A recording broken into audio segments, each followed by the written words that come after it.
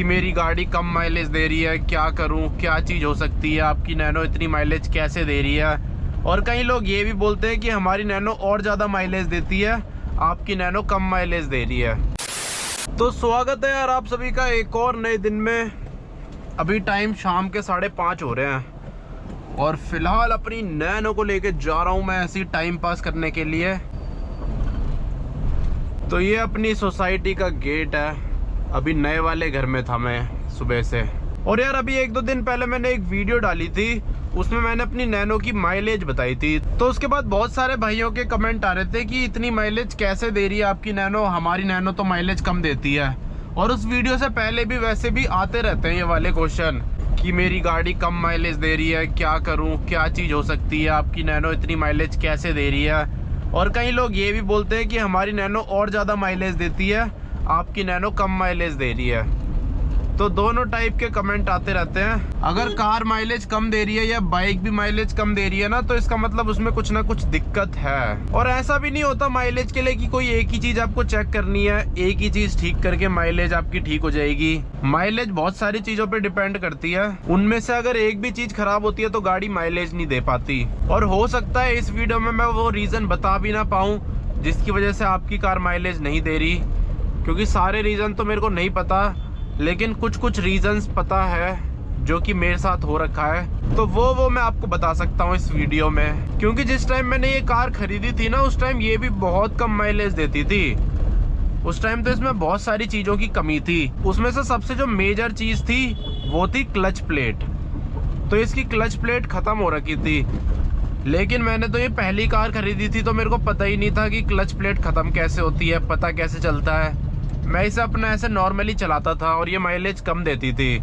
फिर एक दिन जब मैंने मैकेनिक से चेक कराया तब पता चला कि इसकी क्लच प्लेट ख़त्म हो रखी है। फिर उसके बाद मैंने इसकी क्लच प्लेट चेंज कराई थी। इसमें नई क्लच प्लेट डल रखी है, 2 साल पहले डली थी, 2 साल या फिर 1.5 साल पहले डली थी। तो इतना टाइम हो चुका है इसको नई क्लच प्लेट के साथ।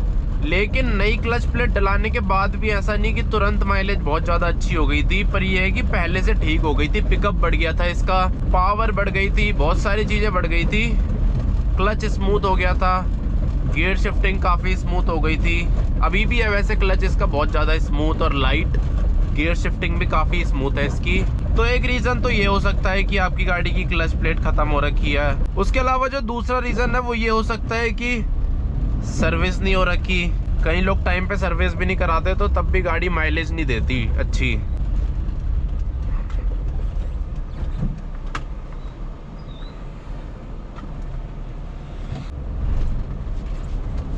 नैनो का ये फायदा होता है, बड़ी गाड़ी होती है ना तो फंस जाती है दोनों की दोनों, क्योंकि रास्ता बहुत पतला है, एक को रिवर्स करनी पड़ जाती है। सिटी के लिए छोटी गाड़ी बढ़िया है, यहाँ इतना सेफ्टी वेफ्टी का रिस्क तो है नहीं, बिल्ड क्वालिटी की यहाँ इतनी ज़रूरत नहीं है। तो ऐसी जगहों के लिए अल्टो नैनो जैसी गाड़ियाँ बहुत बेस्ट है। हाँ, तो दूसरा रीज़न तो सर्विस हो गया।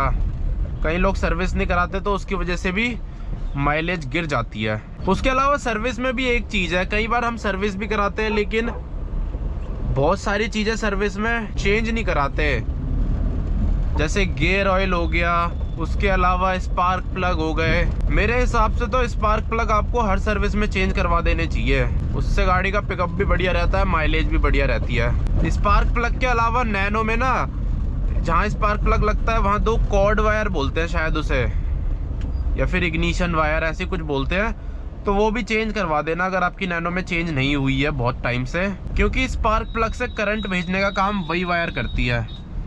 अगर वो वायर ख़राब होगी तो करंट जाएगा नहीं। मेरी नैनो की माइलेज तो यही सारी चीज़ें करने से बढ़िया है। जो मैंने चीज़ें आपको बताई है ना, मैंने ये सारी कर रखी है। वो जो कॉर्ड वायर है वो भी मैंने चेंज करा रखी है, और हर सर्विस में मैं इसके स्पार्क प्लग चेंज करा लेता हूँ, गियर ऑयल वगैरह वो भी करा लेता हूँ। और जो मेरी नैनो है ये पेट्रोल में है, CNG नहीं है इसमें। तो CNG के बारे में नहीं पता मेरे को, CNG में क्या क्या चीज़ें करनी होती है माइलेज बढ़ाने के लिए। पेट्रोल में ही पता है अभी तो फ़िलहाल। फ्यूचर में कभी CNG कार लेंगे तो तब उसका भी पता चल जाएगा। और ये ऐसा नहीं है कि सिर्फ नैनो के लिए ही है, नैनो के अलावा भी अगर आपके पास अल्टो भी है तो उसमें भी सेम ही चीज़ें हैं। कई लोगों की अल्टो बहुत कम माइलेज देती है, तो वो भी ये सारी चीज़ें चेक करा सकते हैं, क्योंकि क्लच प्लेट ख़राब होने से तो सारी गाड़ियाँ ही माइलेज कम देती है, चाहे अल्टो हो या नैनो हो। ये देखो डिफेंडर। और नैनो के तो स्पार्क प्लग भी इतने सस्ते आते हैं, तो चेंज करवा लिया करो हर सर्विस में। नैनो की सर्विस में वैसे जितने भी पार्ट है वो सारे ही सस्ते आते हैं, इसलिए मैं सभी चेंज करा देता हूँ। कूलेंट भी सारा निकाल के चेंज करा देता हूँ, और पानी भी नहीं मिलाता कूलेंट में, ऐसे ही डाल देता हूँ साबुत जैसे आता है। नैनो को चलाने का भी यार अलग ही मजा है। ऐसा नहीं है कि कोई भी गाड़ी चलाने में बेकार होती है, मजा नहीं आता। सब गाड़ियों के अपने अपने मजे हैं, किसी में किसी चीज का मजा है, किसी में किसी चीज का मजा है। नैनो में इस चीज का मजा है, इसको देखना नहीं पड़ता कहीं घुसाने से पहले, लग रही है लगने दो, टच हो रही है टच होने दो, कहीं भी खड़ी कर दो, कोई ले जाएगा तो क्या ही हो जाएगा। कोई चोरी करने वाला नहीं है। मेरे सारे गेट अनलॉक हो रखे हैं। कभी भी गाड़ी में बैठो तो सारे गेट लॉक कर दिया करो, क्योंकि कई बार यार गलती से टच हो जाती है गाड़ी। वैसे होनी नहीं चाहिए, पर कभी कभी हो भी जाती है, तो कुछ पता नहीं है आजकल लोगों का। ये फायदा हो रहा है नैनो का, ऐसे घूम जाती है। नहीं तो यहाँ पे सब लोग आगे पीछे करते हैं यू टर्न लेने के लिए। वैसे तो यहाँ पे यू टर्न अलाउड ही नहीं है, लेकिन ले लेते हैं लोग। उसके अलावा एक और चीज, गाड़ी के जो टायर है ना वो भी अच्छी कंडीशन में होने चाहिए। कई बार क्या होता है टायर अच्छे नहीं होते, हवा लीक हो रही होती है, हर दिन हवा कम हो जाती है टायर से, तो उसकी वजह से भी गाड़ी माइलेज नहीं देती। तो इसीलिए टायरों में हवा एकदम प्रॉपर होनी चाहिए, तभी आपको अच्छी माइलेज मिल पाएगी अपनी कार से। टायरों से भी माइलेज बहुत गिरती है। और उसके अलावा आप गाड़ी को कैसे चलाते हो उस पर भी माइलेज डिपेंड करती है। अगर ढंग से नहीं चलाओगे, रफ चलाओगे, एकदम से एक्सेलरेट करोगे, गाड़ी को हाई आरपीएम पे चलाओगे, तो गाड़ी माइलेज नहीं दे पाएगी। ऐसे में तो स्प्लेंडर भी 30-30 की माइलेज पे आ जाती है, अगर ऐसे गंदी तरह चलाते हैं तो 30-40 की माइलेज पे। तो ये तो गाड़ी है, इसकी तो कंपनी ही 20-25 की माइलेज क्लेम करती है, तो ऐसे चलाओगे गंदी तरह तो 10 की माइलेज देगी, उससे भी कम आ जाएगी। तो इसीलिए चलाने के ऊपर भी डिपेंड करता है। ऐसा नहीं कि कैसे भी चलाओ तो माइलेज एक ही तरह रहेगी आपकी। प्यार से चलाओगे तो प्यार वाली माइलेज मिलेगी, गंदी तरह चलाओगे तो गंदी माइलेज मिलेगी। और उसके अलावा माइलेज पे और भी चीजें डिपेंड करती है, जैसे ट्रैफिक हो गया। अब कई लोग ऑफिस टाइम पे निकलते हैं डेली, उनको उसी टाइम पे निकलना होता है, ऑफिस जाना होता है, तो वो जब जाते हैं तब भी उन्हें बहुत तगड़ा जाम मिलता है दबा के, और जब आते हैं तब भी जाम मिलता है, तो उनको तो माइलेज कम ही मिलेगी। अब जैसे अपने इधर का एग्जांपल बताता हूँ मैं आपको। अगर मैं डेली यहाँ पे ऑफिस टाइम पे निकलूँ ना सुबह, और शाम को भी ऑफिस टाइम पे घर जाऊँ, तो ये 10 से भी नीचे माइलेज देगी, 10 या 10 से नीचे। वो तो मैं उस टाइम पे निकलता ही नहीं हूँ, ऐसे टाइम पे निकलता हूँ जब ऐसे रोड मिलते हैं, ट्रैफिक होता भी है तो चलता फिरता वाला होता है। तो ऐसे में मेरी गाड़ी दे देती है सिटी के अंदर 17-18 का माइलेज, और हाईवे पे देती है ये 25 से 28-29 तक का माइलेज। बाकी वो ऊपर नीचे होता रहता है, चलाने के ऊपर डिपेंड करता है। मैं खींच के चलाऊँ इसे 80-90 तो ये कम देती है, और अगर मैं 60-70 चलाऊँ तो बहुत ज़्यादा दे देती है, क्योंकि 90 पे ये बहुत ज़्यादा हाई आरपीएम पे रहती है ना, इंजन पे स्ट्रेस ज़्यादा रहता है। और वहीं 60-70 में ये बहुत कम स्ट्रेस में रहती है, आरपीएम बहुत लो होते हैं, तो उसकी वजह से मेरे को माइलेज बहुत ज़्यादा बढ़िया मिल जाती है अपनी कार से। इसका एसी तो यार काफ़ी ठंडा कर रहा है, मेरी जुकाम और बढ़ा दी इसके एसी ने।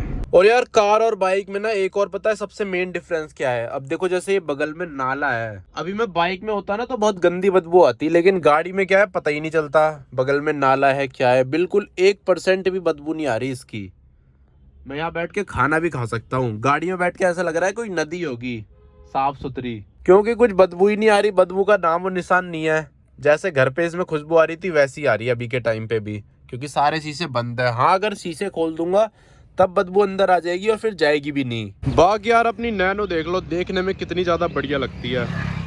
वैसे अभी गंदी हो रखी है बहुत ज्यादा, लेकिन फिर भी बहुत बढ़िया लग रही है। कितनी बढ़िया लगती है यार ये कार। तो टायर यार बढ़िया होने चाहिए आपकी गाड़ी के, तभी माइलेज देगी गाड़ी, वरना माइलेज नहीं देगी। मजा आ जाता है यार शाम के टाइम गाड़ी चलाने में, शाम को और सुबह। उसके अलावा यार माइलेज के लिए और भी प्रॉब्लम्स हो सकती है, जैसे सेंसर से रिलेटेड, कोई सेंसर खराब हो रखा हो, कोई सेंसर गंदा हो रखा हो, मतलब बहुत सारे रीजंस है, हंड्रेड्स ऑफ रीजंस है माइलेज कम होने के लिए, पर वो तो कोई मैकेनिक ही बता पाएगा। आज तो यार यहीं से जाम लग गया। अब देखो ऐसे जाम में गिरती है माइलेज।